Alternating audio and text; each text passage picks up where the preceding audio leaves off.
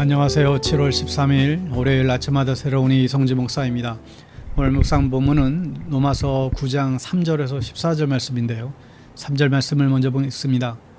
나의 형제 곧 골육의 친척을 위하여 내 자신이 저주를 받아 그리스도에게서 끊어질지라도 원하는 바로라. 아멘.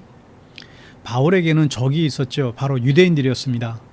그 중에서도 자기가 속해 있었던 바리새인들이 가장 큰 적이었는데 그들은 바울을 배신자로 낙인 찍고 틈만 나면 바울을 죽이려고 했습니다. 사도행전 23장 12절 13절에 보면 날이 새니 유대 사람들이 모의하여 바울을 죽이기 전에는 먹지도 마시지도 않겠다고 맹세하였다. 이 모의에 가담한 사람은 40명이 넘었다. 바울은 유대인 전도를 포기했습니다. 그리고 이방 선교사가 되죠. 그러나 유대인들은 바울이 선교하는 곳이라면 원정까지 와서 방해를 했습니다. 사도행전 14장 19절에 보면 그런데 유대 사람들이 안디옥과 이고니온에서 거기로 몰려와서 군중을 설득하고 바울을 돌로 쳤다. 그들은 바울이 죽은 줄 알고 성 밖으로 끌어냈다. 지금의 터키 지방인 안디옥까지 유대인들이 온정을 와서는 바울을 죽이려 든 것입니다. 그리고 군중들을 선동해서 바울을 돌려쳤죠. 그래서 분명히 죽었다고 생각하고 성 밖에 시체 버리는 곳에 갖다 버렸어요. 그런데 바울이 죽지 않았죠. 하나님께서 주신 사명을 다하기 전까지는 죽을 수도 없는 것 같습니다. 여러분, 사명이 있는 사람은 죽지 않습니다. 여러분의 사명은 무엇입니까? 그 사명을 분명히 하시기를 축복합니다. 만약 여러분을 미워하고 증오하고 사사건건 방해하는 사람이 있다면 여러분은 어떻게 하시겠어요? 또 바울은 어떻게 했을까요? 3절을 보면 나는 육신으로 내 동족인 내 결혼을 위한 일이라면 내가 저주를 받아서 그리스도에게서 끊어질지라도 달게 받겠다. 바울은 이렇게 자기 동족인 유대인들을 위해서 기도합니다. 그런데 기도만 한 게 아니에요. 자신이 저주를 받아서 그리스도에게서 끊어질지라도, 즉 지옥 간단 말이죠. 설령 자신이 지옥에 가더라도 우리 동족인 유대인을 위해서 기도하겠다라고 그는 말합니다. 모세도 이렇게 기도했죠. 그것이 하나님의 마음을 울렸습니다. 자신을 죽이려고 했던 원수들을 위해서 어떻게 이런 마음을 품을 수 있을까요? 여러분, 모두에게는 나라가 있습니다. 조국이 없이는 사실 우리도 없죠. 하여 나라를 위해서, 조국을 위해서 기도해야만 합니다. 내 나라 대한민국을 위해서 기도해야만 합니다. 또 한국교회가 바로 설 수 있도록 기도해야만 합니다. 잘 살고 못 사는 것이 문제가 아니에요.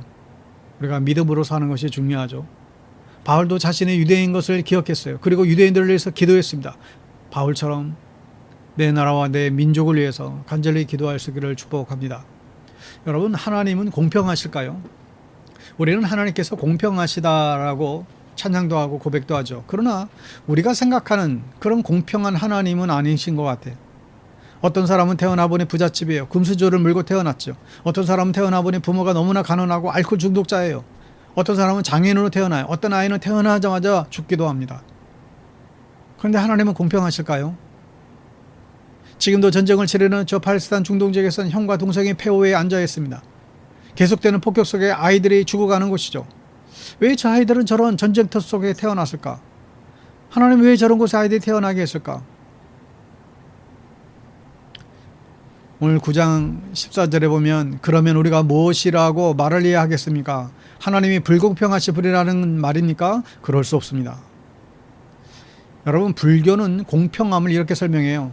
나쁜 짓을 많이 한 사람은 다음 생에 짐승으로 태어나서 고생할 것이다.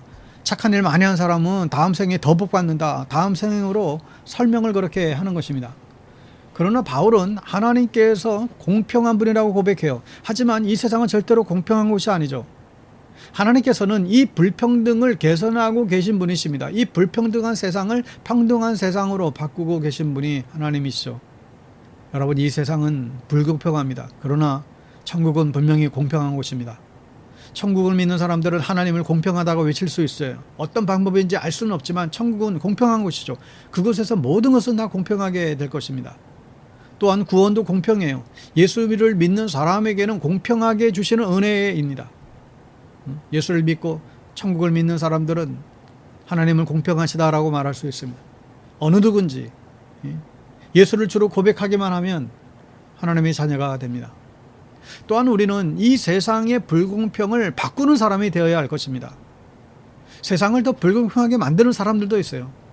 그러나 우리들은 이 세상의 불공평을 공평하게 바꾸는 사람들이 되어야 됩니다. 이 세상의 잘못된 구조학을 바꾸는 일들에 우리도 힘쓸 수 있어야 됩니다. 왜냐하면 하나님께서 하시는 일이기 때문이죠. 여러분, 세상을 조금이라도 공평하게 만드는 일에 애쓰십시오. 그게 하나님께서 원하시는 우리 그리스도인들의 삶입니다. 내가 가진 것으로 나보다 못한 이들을 생각하고 그 사람들을 돕고 살아가는 그런 공평한 사람들 될 수 있기를 예수님의 이름으로 축복합니다.